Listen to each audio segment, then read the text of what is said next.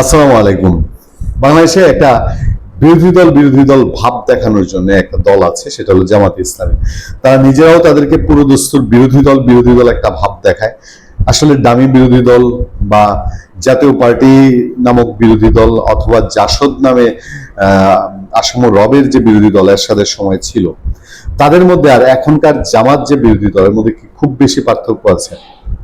সরকারি দলও মানে বিএনপি অনেক বড় দল, বিশাল জয় নিয়ে পার্লামেন্টে গেছে।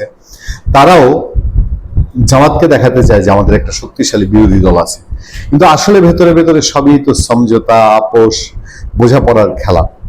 জামাত কি করবে, কতটুকু করবে, সবকিছুই সরকারি দলের কনসার্ন ছাড়া কি হওয়া সম্ভব? এখন জামাতকে যে আসলে বিরোধী দল দেখাতে হবে, সেই জন্যে মির্জা ফখরুল ইসলাম আলমগীর আরো একবারই কিছু কথা বলছেন।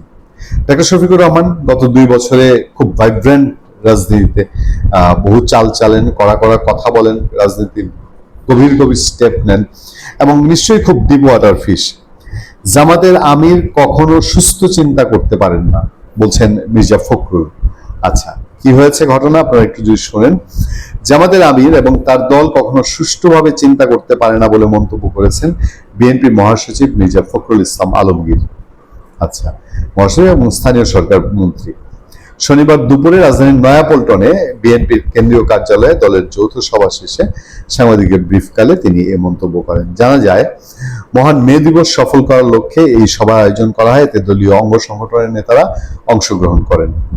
জামাতের আমিরের বক্তব্য প্রত্যাখ্যান করে স্থানীয় সরকার মন্ত্রী বলেন, সম্পূর্ণ নিরপেক্ষ নির্বাচনের মধ্য দিয়ে বিএনপি সরকার গঠন করেছে।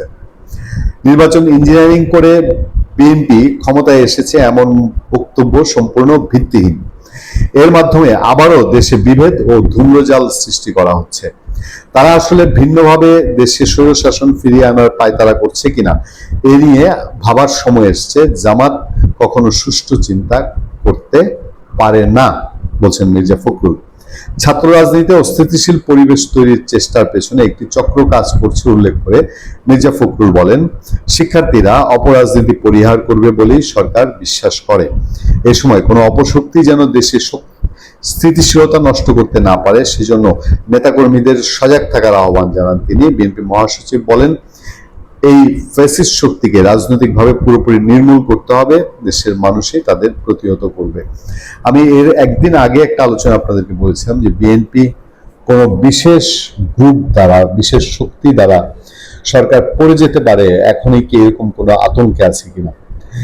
জামাত সরকার ফেলে দিতে চায়, এটা অনেকেই বিশ্বাস করেন। অনেকেই মনে করেন যে জামাত এই সরকারকে সহযোগিতা করছে, বোঝাপড়ায় আছে বলতে ওই যে দুধকলা দিয়ে সাপ পোষানা, বিএনপির অবস্থাটা অনেকটা দুধকলা দিয়ে সাপ পোষার মতো হয়ে গেছে। এখন চলছে আপোষে আপোষে চলছে, মিলেমিশে চলছে, কিন্তু সুযোগ পেলেই ফনাটা তুলে জামাত যদি এখন কামড় দেয়, সেই প্রথম কামড়টা কিন্তু আওয়ামী লীগকে দিবে না, সেই ছোবলটা দিলে বিএনপিকেই দিবে। এবং বিএনপি এই এই ধোঁয়াশাটা বিএনপি বোধহয় বুঝতে পারছে না। ইউনূস আমলে ইউনূস যেরকম বুঝতে পারেনি যে তার পায়ের নিচ থেকে মাটি চলে গেছে, জনগণ তার প্রতি আর ন্যূনতম কোন রকম আসক্তি নাই, বিএনপি এখনো বুঝতে পারছে না যে আওয়ামী লীগকে নিষিদ্ধ রেখে জামাত নিয়ে এই খেলা করার ফলটা কি ভয়াবহ হতে পারে।